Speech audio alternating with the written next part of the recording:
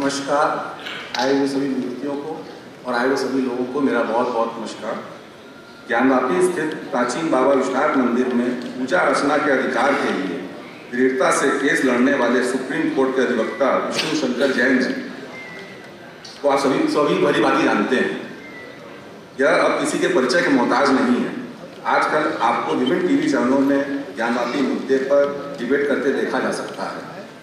2015 में आगरा कोर्ट में अपने याचिका दायर की कि ताजमहल नहीं, यह तेजो महालय शिव मंदिर है, अतः वहां हिंदुओं को पूजा पाठ करने का अधिकार दिया जाए। इस मामले में लगातार आगरा जाकर आप पैरवी कर रहे हैं। एक से ज़्यादा विवाह भारत में सभी के लिए गैर कानूनी हो, इसके लिए आईपीसी की धारा 494 की संवैधानिका को चुनौती दी है। व्यवहार कुशल व सौम्य स्वभाव के धनी विष्णु शंकर जैन जी अपने पिता गुरु श्री हरिशंकर जैन जी के साथ राम जन्मभूमि, कृष्ण जन्मभूमि व अन्य प्रमुख केसेज में निरंतर जुड़े रहे हैं। अब मैं आंसर करता हूँ।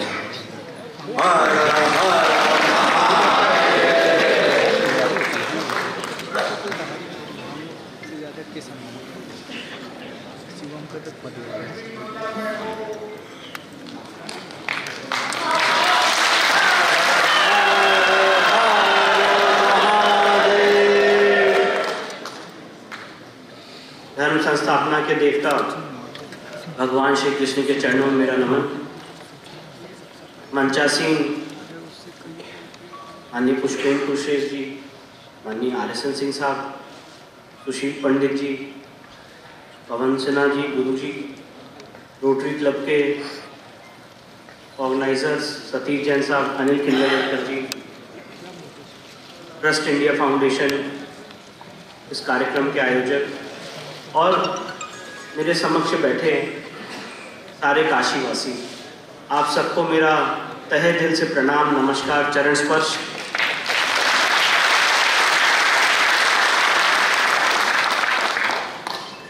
आज ये जो कार्यक्रम का आयोजन किया गया, ये इसलिए किया गया है कि एक लड़ाई तो हम लोग न्यायालय में लड़ रहे हैं, अपने तर्कों के आधार पे, लीगल प्रोविजंस के आधार पे, सुप्रीम कोर्ट के जजमेंट्स के आधार पे। और आज एक लड़ाई आप लोगों को लड़नी है। वो लड़ाई है,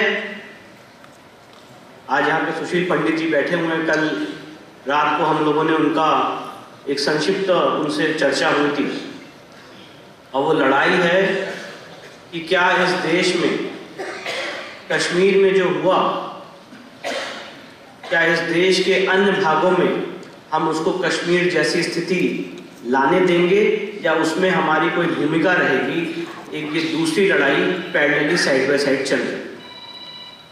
और सवाल ये भी उठता है कि जब सन 712 में मोहम्मद बिन कासिम का इस देश में पहला आक्रमण हुआ था, तो उस आक्रमण के बाद जो बर्बरताएं हुई, दीवालों में चुना गया, आड़े से काटा गया, गरम तवे पे झोंका गया,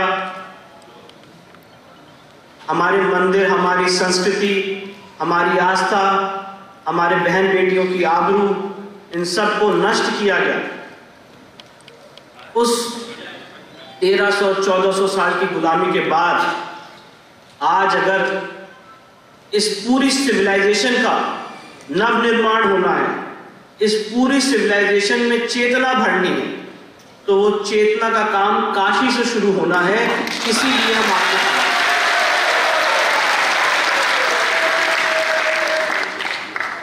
काशी के बारे में, मुझे लगता है शब्द कम पड़ जाएंगे, ज्ञान कम पड़ जाएगा। काशी का वर्णन करना शायद किसी के लिए संभव नहीं है, पॉसिबल नहीं। और इसीलिए जब हमने ज्ञानव्यापी केस के लिए 1991 से ऑलरेडी यहाँ पे केस चल रहा था, हम सबको पता है। उसके बाद जब हमने इसकी रिसर्च की, मैं आप लोगों को बहुत फ्रैंकली बताऊं, मैंने अपने पिताजी से पूछा कि जब एक केस चल रहा है तो दूसरा केस क्यों, और केस क्यों। और जब हमने रिसर्च की तो हमने पाया कि 1991 से, और यहाँ पे मैं जितनी बातें बोल रहा हूँ उसमें कोई मैं का भाव नहीं है, उसमें भाव ये है कि ज्ञान व्यापी के केस में हमने आपने मिलके क्या अचीव किया है, हमारे क्या तर्क है, हमारे क्या लॉजिक है, वो सारी बातें मैं आपके सामने शेयर करना चाहता हूँ। तो काफ़ी रिसर्च की गई, ज्ञान व्यापी का इतिहास समझा गया, काशी का इतिहास समझा गया, स्पिरिचुअल रिसर्च की गई, हिस्टोरिकल रिसर्च की गई, जो मैं संक्षिप्त में आपसे साझा करूंगा। इन सारी रिसर्च करने के बाद मेरे पिताजी ने, उनको बराबर एक ईश्वरीय प्रेरणा कहिए, आशीर्वाद कहिए, प्रेरणा मिलती रही कि नहीं, इस तरह से इसमें ड्राफ्टिंग होनी चाहिए। और उसी इंटेंशन से, उसी भाव से इन सारे केसेस की ड्राफ्टिंग हुई। और एक दिन रात में मेरे पिताजी ने मुझसे कहा कि विष्णु माँ श्रृंगार गौरी की पूजा साल में एक बार ही क्यों होती? जब पूजा होनी है तो हर दिन होनी चाहिए, हमारा आर्टिकल 25 के तहत फंडामेंटल अधिकार है। ये इस्लामिक कंट्री नहीं है, ये एक कॉन्स्टिट्यूशनल इंडिया है, इसलिए माँ श्रृंगार गौरी की पूजा, लॉर्ड हनुमान की पूजा, लॉर्ड गणेश की पूजा और प्रत्यक्ष अप्रत्यक्ष देवताओं की पूजा करने का हमें अधिकार है। इसलिए मैं ऐसा समझता हूँ, मेरे पिताजी ने कहा कि वो ऐसा समझते हैं और उनको ऐसी दृष्टि है, उनको ऐसा भाव है कि काशी में 5 महिलाओं की तरफ से माँ श्रृंगार गौरी की आदि शक्ति बनते हुए एक केस डालना चाहिए। और विश्वास मानिए, जो 5 महिलाओं की तरफ से केस डाला गया वो माँ श्रृंगार गौरी की आदि शक्ति का आशीर्वाद है कि जो 30 साल में सफर तय किया गया, उस सफर को हमने 1 साल में तय किया और उससे भी आगे हम निकले। जब ये केस हमने फाइल किया तो देखिए कितना बड़ा माइंडसेट का चेंज होता है। और इसीलिए आज ऐसे कार्यक्रमों का और ऐसे महानुभावों का उद्बोधन, आप लोगों का योगदान कितना महत्व रखता है और हमारा समाज कैसे बदल रहा है। और जो नितिन मल्होत्रा जी ने यहाँ हमें सपना दिखाया, मुझे लगता है एक दिन वो सपना सच होगा।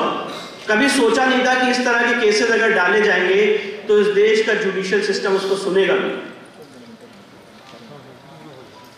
2013 में भी मैंने सुप्रीम कोर्ट में केस डाला था और चीजों को लेके, पर एक जुडिशियल सेटअप की एक अपनी मर्यादा है और इन तरह के आर्गुमेंट्स को दरकिनार कर दिया जाता था, तिरस्कारित किया जाता था। पर आप सबके बीच और काशी क्षेत्र का महत्व समझते हुए यहाँ पे एक माननीय जज थे जिन्होंने इन आर्गुमेंट्स को समझा और इतिहास रचने का काम किया। उनका नाम था माननीय रवि कुमार दिवाकर। जब ये केस फाइल किया गया तो इस केस में एक एप्लीकेशन लगाई गई कि वहाँ पे हम जहाँ स्थानों पे नवंबर 1993 तक, ये डेट बहुत इंपॉर्टेंट है, नवंबर 1993 करते आ रहे हैं, उन स्थानों पे हमें पूजा का अधिकार दिया जाए। हम सब जानते हैं कि प्लेसेस ऑफ वर्शिप एक्ट 1991 में आया और नवंबर 1993 तक ये इस केस का एक बहुत अहम पहलू है। हिंदू समाज के लोग उस तथाकथित मस्जिद में अलग अलग जगहों पे पूजा कर रहे थे, चाहे वो व्यास जी का तहखाना हो जो नंदी के सामने है, चाहे माँ श्रृंगार गौरी हो, चाहे गणेश जी हो, चाहे हनुमान जी। तो हम लोगों ने ये रिसर्च की कि प्लेसेस ऑफ वर्शिप एक्ट यहाँ पे अप्लाई नहीं होता है, rather places of worship act के वायलेशन में मुलायम सिंह सरकार ने बैरिकेडिंग लगा के हिंदू समाज के लोगों को बाहर फेंकने का काम किया है। इसीलिए ये मुकदमा हमने दायर किया और जब फाइल किया तो माननीय रवि कुमार दिवाकर साहब के सामने ये अर्जी ली गई सिविल जज सीनियर डिवीजन के सामने कि हमें कमीशन जारी करने का आदेश दिया जाए और कमीशन जारी करके हम वो जगह चिन्हित करके एडवोकेट कमीशन की रिपोर्ट सबमिट करना चाहते हैं जहां पे हम पूजा करते चले आ रहे थे। कमीशन का ऑर्डर हुआ, हमने फोटोग्राफी वीडियोग्राफी की मांग की, फोटोग्राफी वीडियोग्राफी की मांग का ऑर्डर हुआ। उसके बाद इस ऑर्डर के अगेंस्ट मुस्लिम पक्ष हाईकोर्ट गया।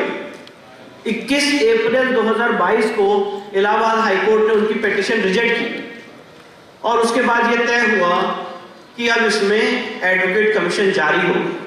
मैं आज आपसे वो व्यथा, वो संघर्ष इन 5 महिलाओं का, हमारी लीगल टीम का, सुधीर जी का, सुभाष जी का, सारे लोगों का ये शेयर करना चाहता हूं। जिस दिन कमीशन जारी हुआ, एक घोषणा की गई, एक चैलेंज दिया गया, एक डर का माहौल पैदा करने की कोशिश की गई कि हम कमीशन यहां पे नहीं होने दें। हम लोगों ने उस धमकी को दरकिनार करते हुए as officers of the court, as lawyers, ये ड्यूटी समझी कि कोर्ट के आदेश को कंप्लाई करने के लिए हमें कमीशन ले जाना है। 6 मई 2022 का दिन था। हमारी पूरी लीगल टीम, मैं और मेरे पिताजी, मैदागिन से काशी विश्वनाथ मंदिर के गेट नंबर 4 तक सिर्फ और सिर्फ मुस्लिम समाज के लोग थे। और ये आपका आशीर्वाद है, आपकी शक्ति है, भगवान महादेव का आशीर्वाद है। उन लोगों के बीच में जब हम लोग जा रहे थे, ऐसा लग रहा था कि आज हम लोग शायद पहुंच नहीं पाएंगे। मैंने अपने पिताजी से कहा कि ये क्या भयावह स्थिति यहाँ पे उत्पन्न हो गई है, तो हम लोग को पहुंचने ही नहीं देंगे। तो मेरे पिताजी ने मुझसे कहा, विष्णु आगे बढ़ते रहो, मुझे सिर्फ और सिर्फ महादेव दिख रहे हैं।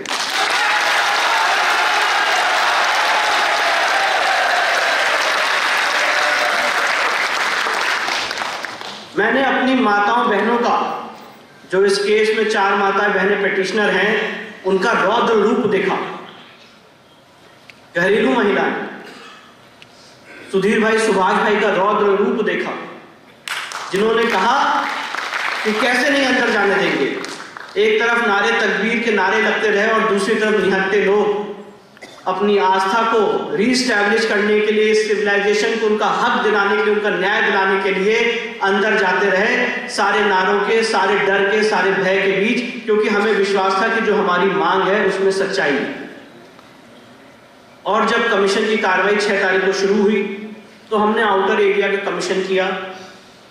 7 तारीख को भी हमने बाहरी एरिया का कमीशन किया। और तब 7 तारीख को मैं आपसे बात साझा करना चाहता हूं, मुस्लिम पक्ष ने ये आरोप लगाया कि जो एडवोकेट कमिश्नर महोदय हैं ये बायस्ड। हमारी पूरी लीगल टीम शॉक हो गई कि एडवोकेट कमिश्नर बायस्ड कैसे हो सकते। अभी तो कमीशन की कार्रवाई शुरू ही हुई है, अंदर भी नहीं गए हैं तथाकथित मस्जिद के, और उस ऑर्डर को मिस इंटरप्रेट किया जा रहा है।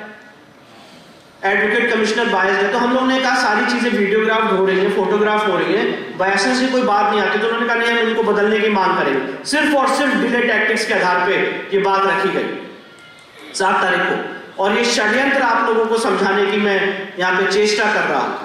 7 तारीख को एडवोकेट कमीशन महोदय की प्रोसीडिंग वहीं पे ड्रॉप हुई, आगे नहीं बढ़ पाई, और एक अर्जी लगाई गई कि एडवोकेट कमीशन बदला जाए। इसी बीच मुझे एक डेट अच्छे से याद है, 8 मई 2022 को एक स्टेटमेंट आया कि ये केस, ये महिलाएं विड्रॉ कर रही हैं, वापस ले रही हैं। हम लोगों ने अपनी महिला, अपनी जो मातृशक्ति, अपनी जितनी 4 याचिकर्ता हैं, लक्ष्मी देवी, सीता साहू, मंजू व्यास, रेखा पाठक, इन सबसे बात की। इन लोगों ने हमें बताया कि भैया बहुत सारे ऑफर आ रहे हैं, बहुत सारे प्रलोभन आ रहे हैं, बहुत सारा प्रेशर दिया जा रहा है पावर ऑफ अटॉर्नी देने का, और कहा जा रहा है केस विड्रॉ कर लो, बहुत फायदा होगा। तो मैंने इनसे पूछा, आपने क्या कहा, आपकी क्या राय है? उन्होंने कहा भैया जहर खा लेंगे केस विड्रॉ में।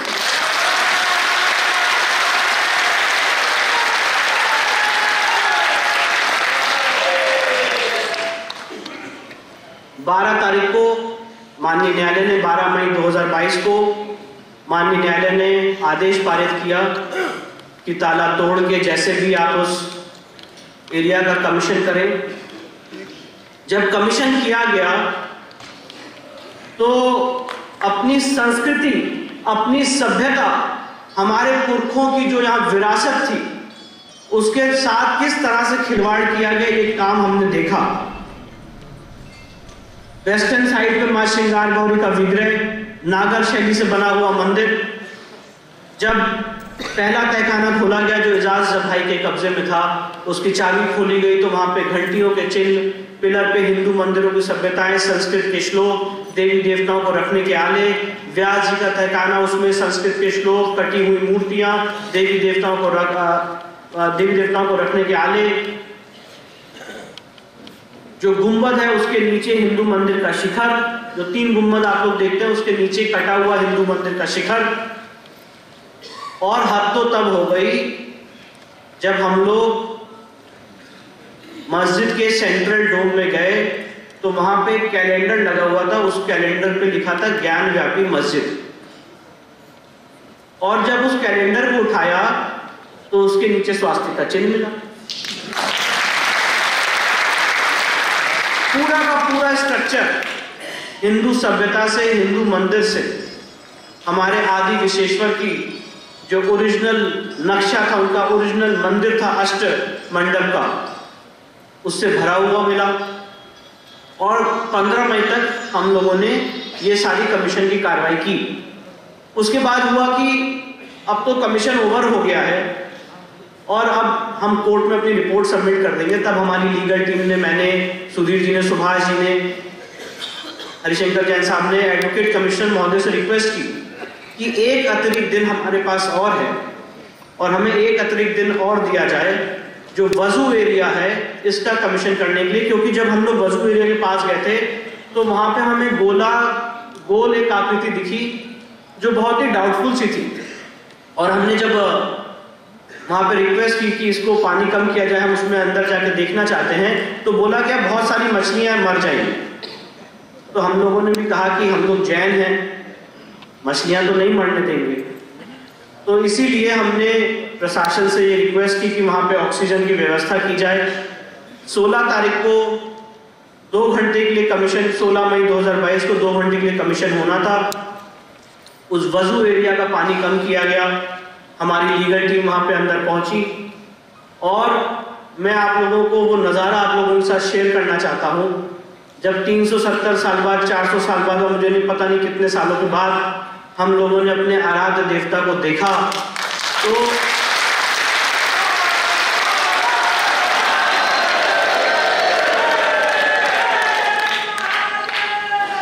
थोड़ी देर के लिए मैं और मेरी लीगल टीम भूल गई कि हम लोग वकील हैं और चीख उठे, चिल्ला उठे, नमः पार्वती पते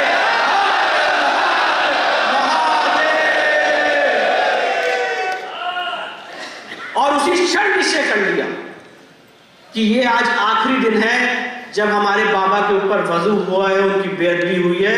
आज के बाद अपने बाबा की वजू और बेअदबी नहीं होगी।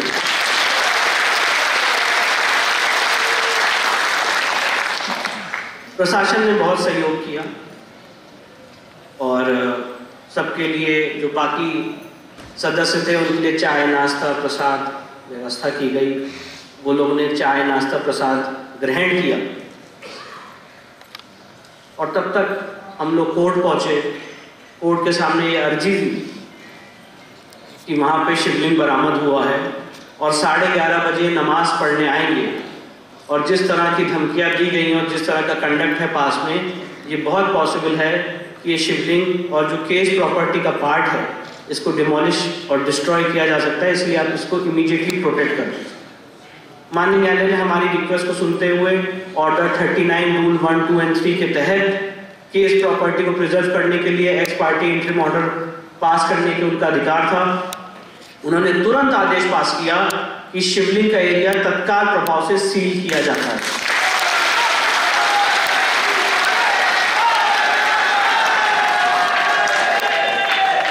तो जब तक ये सारी बातें मैं इसलिए बता रहा हूं कि ये आप सबकी कितनी बड़ी जीत है और सक्सेस है और कितना बड़ा बाबा का आशीर्वाद है कि जब तक उनका चाय नाश्ता खत्म हुआ और प्रसाद ग्रहण खत्म हुआ तब तक सीलिंग हो चुकी थी।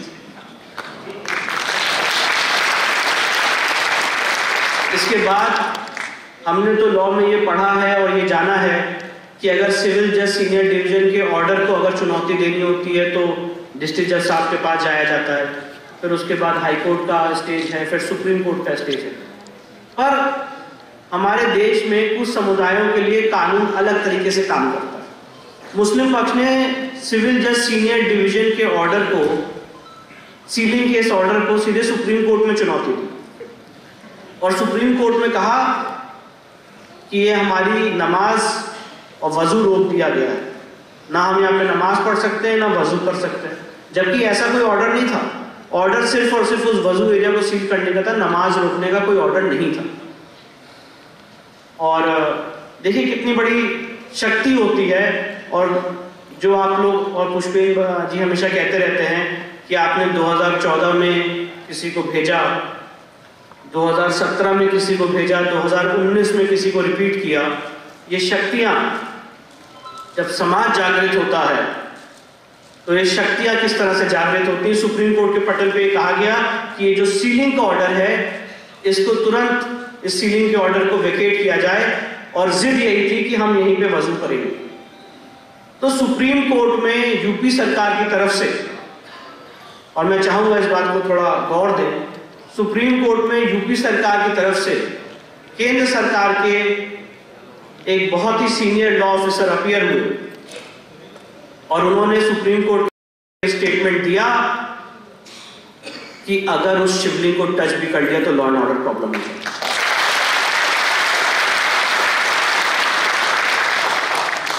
इन सारी चीजों को सुनने के बाद इंडिया की लीगल हिस्ट्री में पहली बार ऐसा हुआ होगा कि किसी सिविल जज साहब के ऑर्डर को सुप्रीम कोर्ट ने अपने ऑर्डर में मर्ज किया, सब्स्टिट्यूट किया।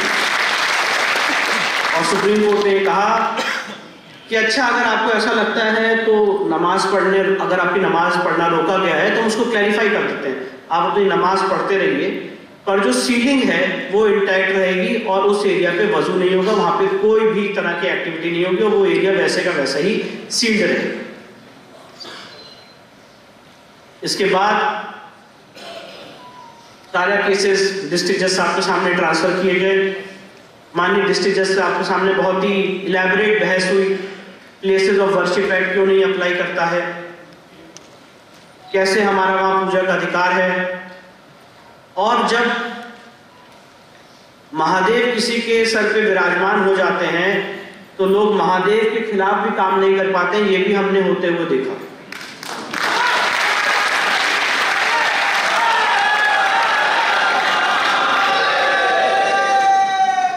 हुआ ऐसा, जो मुस्लिम पक्ष के अंजुमन इंतजामिया के वकील थे, उन्होंने कहा ये केस रिडिकुलस है, डस्टबिन में फेंक देना चाहिए, वेस्ट पेपर है, एकदम डिसमिस होने लायक योग्य है। और उनका तर्क ये था कि दीन मोहम्मद में इस केस को ऑलरेडी वक्फ प्रॉपर्टी घोषित किया जा चुका है। और मैं वक्फ, उन्होंने कहा कि मैं वक्फ प्रॉपर्टी और दीन मोहम्मद की वो प्यारा पढ़ के सुनाना चाहता हूं आपको, जिसमें ये केस ऑलरेडी, आप उस पैरा को पढ़ लेंगे तो आप उस पैरा को पढ़ के इस केस को डिसमिस कर देंगे। बहुत चिल्ला के जोरों से कोर्ट में बोला कि दीन मोहम्मद का केस मेरे पे अप्लाई करता है, दीन मोहम्मद का केस मेरे पे अप्लाई करता है, और दीन मोहम्मद का वो पैरा 40 पढ़िए, पैरा 38 पढ़िए, और आप उसको पढ़ेंगे तो ये केस अभी डिसमिस हो जाएगा। तो जज साहब ने भी कहा कि पढ़िए। अब जब दीन मोहम्मद के केस का पैरा 40 पढ़ा गया तो उसमें लिखा हुआ है कि यहाँ पे मंदिर तोड़ के मस्जिद बनाएंगे, ये जगह वक्फ नहीं है, ये जगह वक्फ नहीं है, मंदिर तोड़ के मस्जिद नहीं बनाई जा सकती। तो कहने का तात्पर्य यह है कि ये सारे चीजें कोर्ट में हुई और इसके बाद एक बहुत बड़ा ढोंग रचा गया वक्फ का कि ये हमारी वक्फ संपत्ति है, इसीलिए सिविल कोर्ट इसको डिसाइड नहीं कर सकती। और वक्फ संपत्ति को प्रूव करने के लिए कुछ डॉक्यूमेंट्स दिए गए। जब उन डॉक्यूमेंट्स का हमने अध्ययन किया और मिनिस्ट्री ऑफ माइनॉरिटी अफेयर्स की वेबसाइट को देखा तो पता चला कि ऐसी कोई प्रॉपर्टी दर्ज ही नहीं है मस्जिद के रूप में। और जो इन्होंने केस में दस्तावेज दाखिल किए हैं, जिसको वक्फ नंबर 100 कहते हैं, उसके आगे लिखा है आलमगीर मस्जिद और खसरा नंबर योग्य है। यहाँ पे प्लेसेस ऑफ वर्शिप एक्ट नहीं होता है, यहाँ पे वक्फ एक्ट 1995 अप्लाई नहीं होता है। और इस केस में आगे एविडेंस लीड की जाएगी और ये केस आगे बढ़ेगा। जब ये ऐतिहासिक फैसला आया तो मैं आप सबके सामने बताना चाहता हूं, इतिहास में ऐसा पहली बार हुआ होगा जहां पे हम सनातनियों ने मिलके एकजुट होके एक मत होके प्लेसेस ऑफ वर्शिप एक्ट की कमर तोड़ने का काम किया, वक्फ एक्ट 1995 की कमर तोड़ने का काम किया और ये प्रूफ किया और साबित किया कि जो इस देश में, इस समाज में एक झूठा नैरेटिव फैलाया जा रहा है कि इस तरह के मुकदमे नहीं चल सकते हैं क्योंकि वो प्लेसेस ऑफ वर्शिप एक्ट का उल्लंघन करते हैं, उस नैरेटिव को, उस झूठ को तोड़ने का काम किया। क्योंकि प्लेसेस ऑफ वर्शिप एक्ट 1991 का कोई अध्ययन करेगा तो सेक्शन 4 सब क्लॉज 1 में ये स्पष्ट रूप से लिखा हुआ है कि प्लेसेस ऑफ वर्शिप एक्ट 15 अगस्त 1947 को जो जिस जगह का धार्मिक स्वरूप था वो वैसे ही रहे। तो सवाल ये उठता है और हमारा आर्गुमेंट और हमारी रिसर्च ये है कि अगर कोई जगह इतिहास में मंदिर की थी, हमारे देवता की थी और उसमें आप जबरन घुस जाते हैं तो मंदिर का कैरेक्टर कभी खत्म नहीं होता है। सुप्रीम कोर्ट ने राम मंदिर के केस में कहा है पैरा 116 117 में कि हो सकता है कि मंदिर छीन-बीन हो जाए,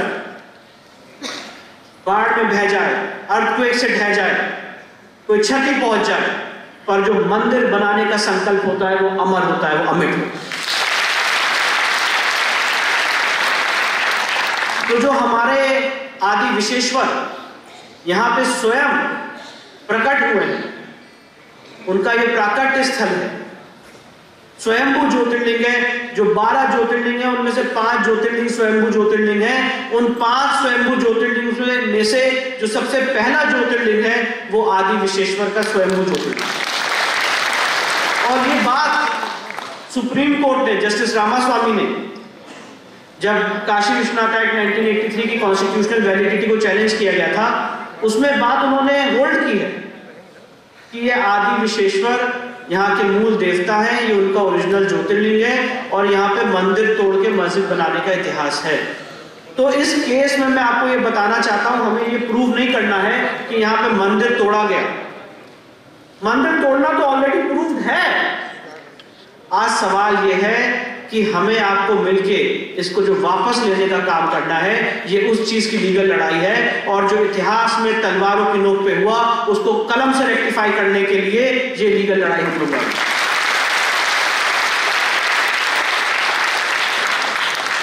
अब हमने इसमें आर्कियोलॉजिकल सर्वे ऑफ इंडिया द्वारा वैज्ञानिक जांच की मांग की है।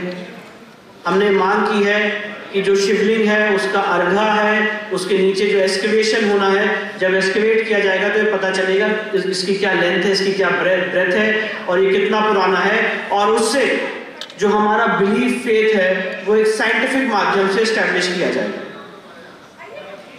इसके बाद ये एप्लीकेशन जब हमने डाली तो उसमें भी बहुत लेवल के भ्रम फैलाए गए कि हम शिवलिंग को खंडित करने की बात कर रहे हैं, हम शिवलिंग को छेड़छाड़ करने की बात कर रहे हैं, जबकि हमने बात कही थी कि शिवलिंग की साइंटिफिक जांच की जाए बिना शिवलिंग को छेड़छाड़ किए। और director of archaeological survey of India का स्टेटमेंट भी आया है कि बिना शिवलिंग को खंडित किए हुए उसकी साइंटिफिक जांच पॉसिबल है, बिना शिवलिंग के साथ छेड़छाड़ किए हुए उसकी साइंटिफिक जांच पॉसिबल है। और यही बात हम मान रहे हैं, पर एक भ्रम फैलाने का काम किया गया कि कार्बन डेटिंग करेंगे तो शिवलिंग को क्षति पहुंच जाएगी, जबकि कार्बन डेटिंग शिवलिंग की नहीं मांगी गई थी। ये जो एक्सकेवेशन होगा, ये जो साइंटिफिक रिसर्च होगी इस वजू एरिया में, इसके बहुत सारे लेवल्स होंगे जहाँ पे आर्कियोलॉजिकल सर्वे ऑफ इंडिया के एक्सपर्ट्स आएंगे, जब इसकी खुदाई करेंगे, जहाँ पे कार्बन कंटेंट्स पाए जाएंगे उसकी कार्बन डेटिंग होगी, जहाँ पे रिलेटिव कार्बन डेटिंग होनी है वहाँ पे रिलेटिव कार्बन डेटिंग होगी, जहाँ पे आर्गन डेटिंग होनी है वहाँ पे आर्गन डेटिंग होगी। और ये सारे माध्यम से section 45 of Indian evidence act में और ऑर्डर 26 रूल 9 एंड 10 के तहत और 10A के तहत हम ये एस्टैब्लिश करने की कोशिश करेंगे कि जो हमारा बिलीफ फेथ था वो कितना पुराना था, कितना प्राचीन था। इसके लिए कोर्ट में सुनवाई चल रही है और आप सबका आशीर्वाद रहा तो एक दूसरा साइंटिफिक कमीशन बहुत जल्दी जारी होगा और ASI की रिपोर्ट इस केस में मील का पत्थर बनेगी। मैं आप सबके माध्यम से कहना चाहता हूं कि इस केस में हम जीत की दहलीज पे हैं।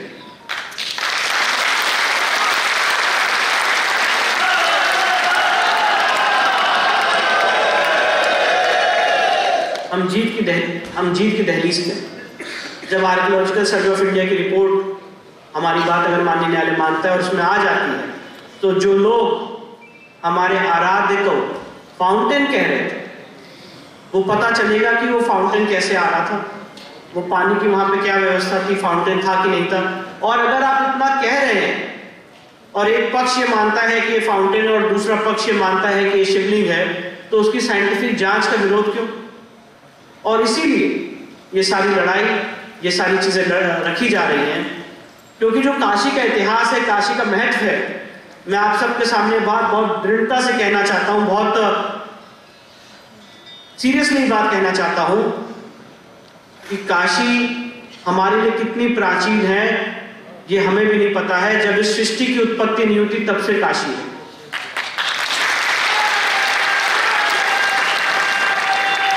ये 5 कोस का क्षेत्र अविमुक्त क्षेत्र है। यहाँ पे काशी विश्वनाथ मंदिर के मुख्य पुजारी बैठे हुए हैं, माननीय श्रीकांत जी, और मैंने उनसे वादा किया, एक कॉरिडोर बना था जब उन्होंने पूजा की थी, और ये हम सब लोगों की धारणा है, मंशा है कि जो हमारे वहां पे बाबा मिले हैं, वहां पे बहुत जल्द आप ये नजारा देखेंगे कि माननीय श्रीकांत जी हमारे प्रधानमंत्री के साथ दोबारा रुद्राभिषेक करते हैं।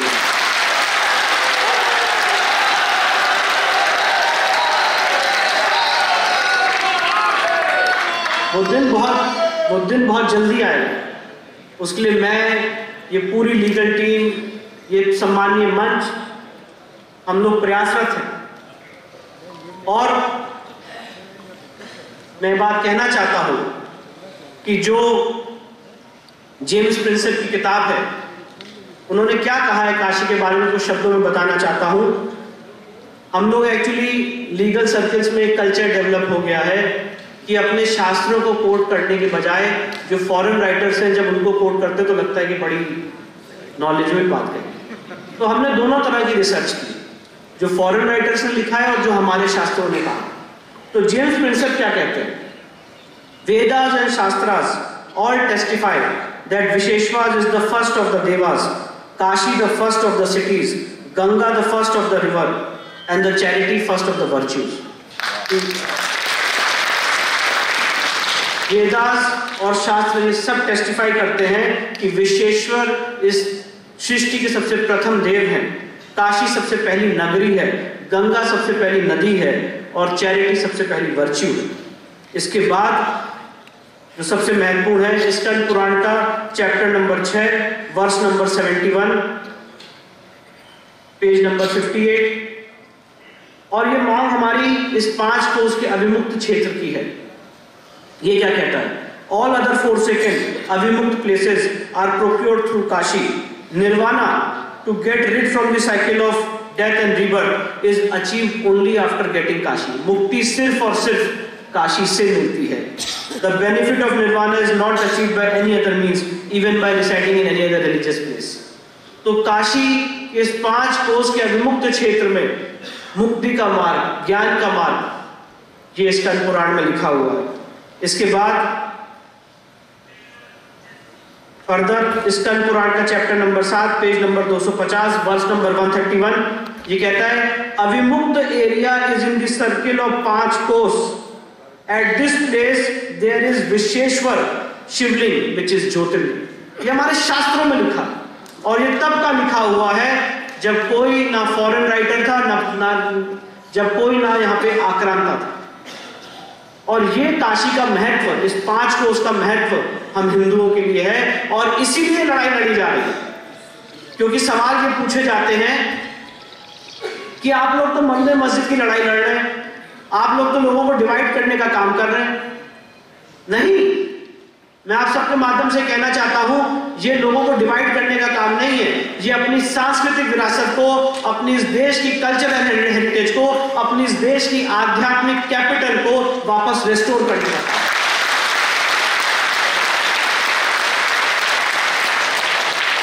और ये सारे बहुत सारे शास्त्रीय प्रोविजन है, मैं आपके सामने उसको पढ़ के टाइम नहीं जाया करूंगा, क्योंकि आपकी तरह मैं भी आज इस गणमान्य मंच को सुनने के लिए उत्सुक हूं। पर मैं बात कहना चाहता हूं आप सबके सामने।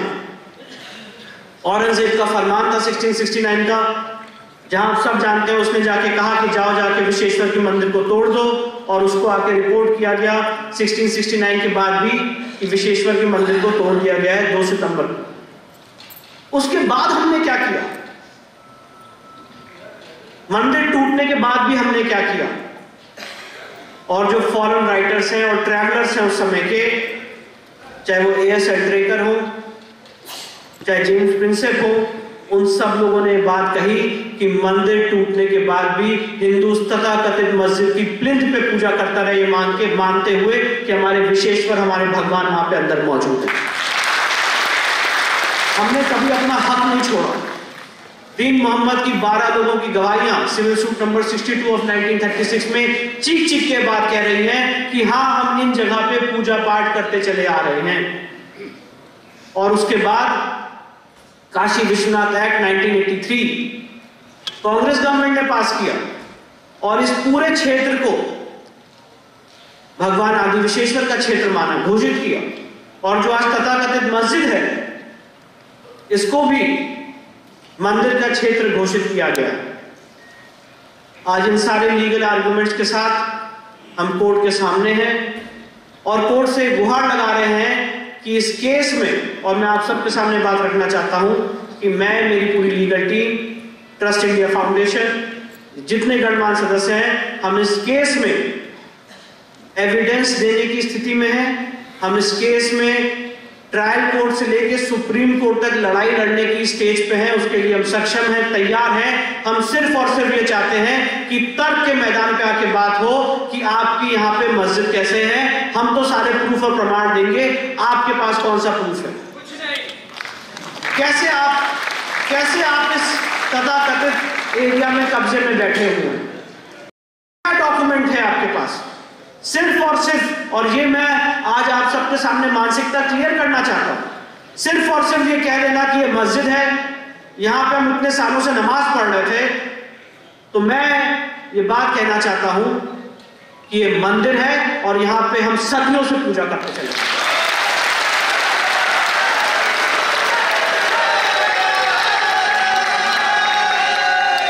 ये हमारी आस्था का केंद्र है, हमारी आस्था का केंद्र बिंदु है, और इसीलिए इसको रेस्टोर होना चाहिए। इसी कड़ी में ये सारे लीगल आर्गुमेंट्स रखे हैं। इसके साथ ही साथ ट्रस्ट इंडिया फाउंडेशन ने, पुष्पेन जी ने वक्फ एक्ट 1995 को खत्म करने के लिए एक मुहिम छेड़ी है। वो अपने भाषण में आप लोग को एक्सटेंसिवली बताएंगे कि वक्फ एक्ट 1995 कैसे अनकॉन्स्टिट्यूशनल है।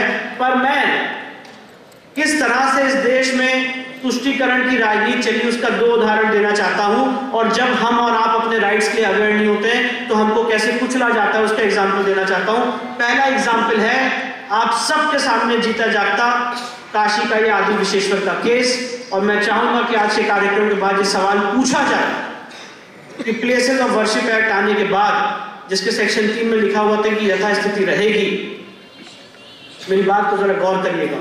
प्लेसेस ऑफ वर्शिप एक्ट 1991 आने के बाद, जिसके सेक्शन 3 में लिखा था कि यथास्थिति रहेगी, किस हद से उस एक्ट के वायलेशन में आपने हमें उस तथाकथित परिसर से बाहर फेंका? पहला सवाल। दूसरा सवाल, कोई भी, मैंने ये बात रखी है सबके सामने, कोई भी इस देश का सबसे टॉप मोस्ट लीगल यूनरी, जज, जूरी, एग्जीक्यूटर, कोई भी मुझे बताए जहां पे हमारे किसी पुजारी, पुरोहित, शंकराचार्य, महंत, पंडित को पब्लिक सर्वेंट का दर्जा दिया गया। वक्फ एक्ट 1995 के सेक्शन 101 में पब्लिक सर्वेंट का दर्जा दिया गया वक्फ के जितने मुतवल्ली उनके बोर्ड के मेंबर्स हैं। और सेक्शन 40(3) में उनको पावर दी गई है कि वो किसी भी जगह को वक्फ संपत्ति घोषित कर सकते हैं। तो ये सारे ड्रैकोनियन प्रोविजंस हैं जिसको अनकॉन्स्टिट्यूशनल करने के लिए लीगल लड़ाई हम लोग लड़ रहे हैं। मैं आप सबके माध्यम से, आप सब ने हम लोगों को ये आशीर्वाद प्रदान किया है और अपनी बात को कुछ पंक्तियों के साथ विराम दूंगा और उसके बाद कुछ घोषणाएं करूंगा। जिस माध्यम से हम ये लीगल लड़ाई लड़ रहे हैं तो कुछ पंक्तियां मेरे जहन में आती हैं। दिन आज का बड़ा सुहाना, मौसम भी बड़ा सुनहरा, हम सिर पे बांध के आए बलिदानों का ये सहरा। बेताब हमारे दिल में एक मस्ती सी छाई है, ऐ देश अलविदा तुझको कहने की घड़ी आई है। महकेंगे तेरी फिजा में हम बन के हवा का झोंका, किस्मत वालों को मिलता ऐसे मरने का मौका। निकले हैं वीर जियाले यूं अपना सीना ताने, हंस हंस के जान लुटाने आजाद सवेरा ला।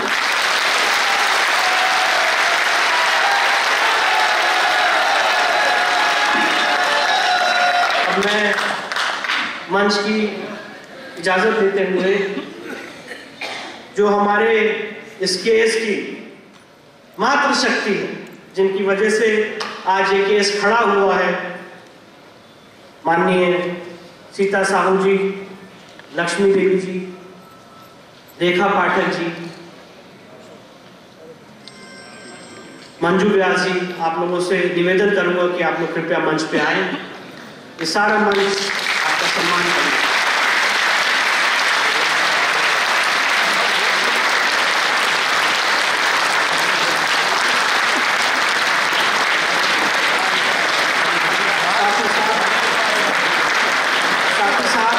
मैं ये भी निवेदन करूँगा कि जो हमारे मातृशक्ति के हस्बैंड्स हैं, उनके पति जो हैं वो भी मंच पे आए।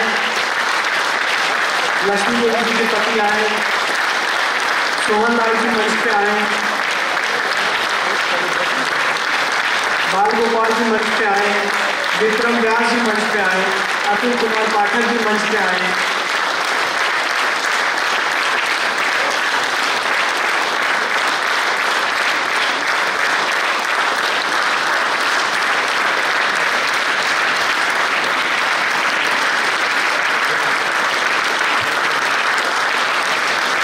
लक्ष्मी देवी जी, सोहनलाल आर्य जी, सोहनलाल आर्य जी को हम लोग जानते हैं, जिन्होंने सबसे पहले कहा था बाबा मिल गए।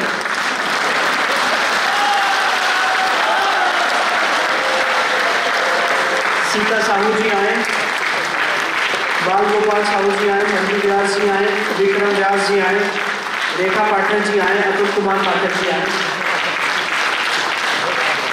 सब लोग वो लोग हैं जिन्होंने आज हिंदू समाज को गौरवान्वित करने का, शक्ति देने का काम किया है और ये साबित किया है कि अगर नारी शक्ति किसी चीज में लग जाए तो उस केस में कभी भी हार नहीं हो सकती, जीत ही जीत मिलेगी।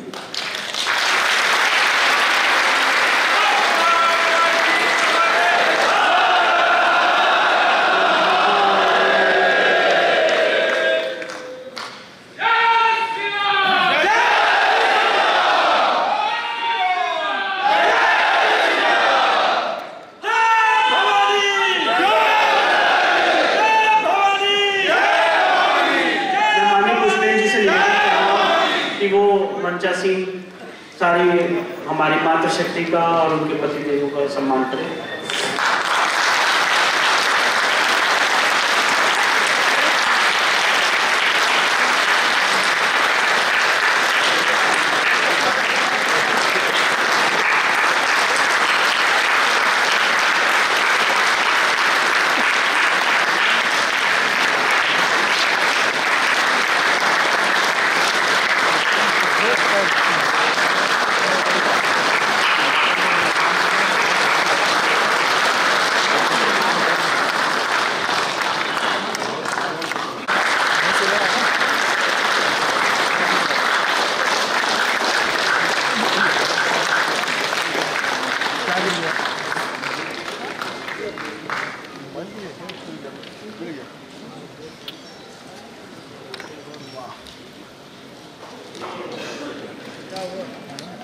हमारी मातृशक्ति ने इस केस में बहुत अहम भूमिका निभाई है और अपना रौद्र रूप दिखा के इस केस को इस स्थिति में लाने का काम किया।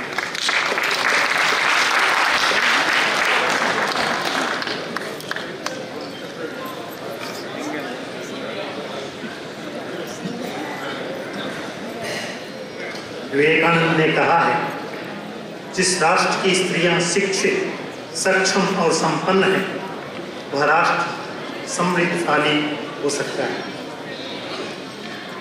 मातृशक्ति के बारे में मैं एक पंक्तियां आपको कहना चाहता हूँ।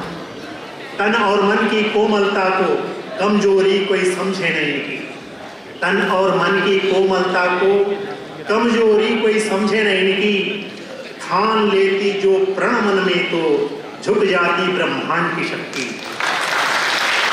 ये हमारा इतिहास गौरवशाली रहा है और जब जब देश और राष्ट्र पर कोई विपत्ति आई है तो मातृशक्ति ने आगे बढ़कर तन मन धन और सर्वोच्च न्यौछावर करने की अपनी प्रतिभा को से जो है इस देश को जो है बचाया है।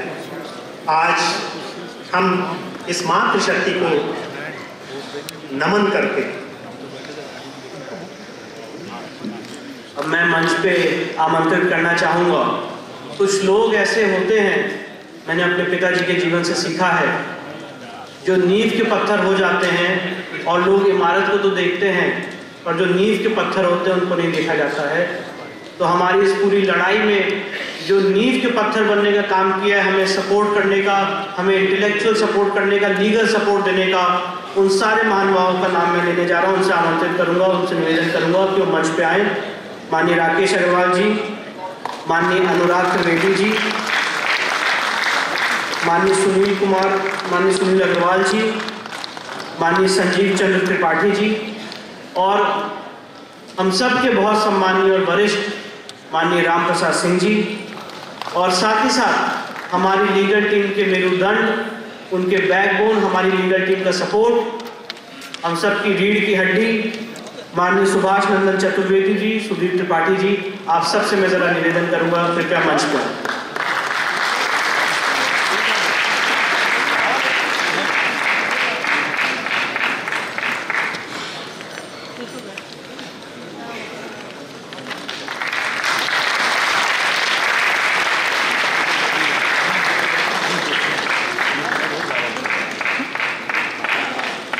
ये लोग वो साधारण व्यक्तित्व हैं जिन्होंने इस पूरी मुहिम को समझा, अपना योगदान दिया, तन मन से, धन से, हर चीज में अपना इंटेलेक्चुअल सपोर्ट दिया और आदि विशेश्वर की इस लड़ाई को यहाँ तक लाने के काम में बहुत बहुत मदद की। आज ये सम्मानीय मंच उनका सम्मान करेगा।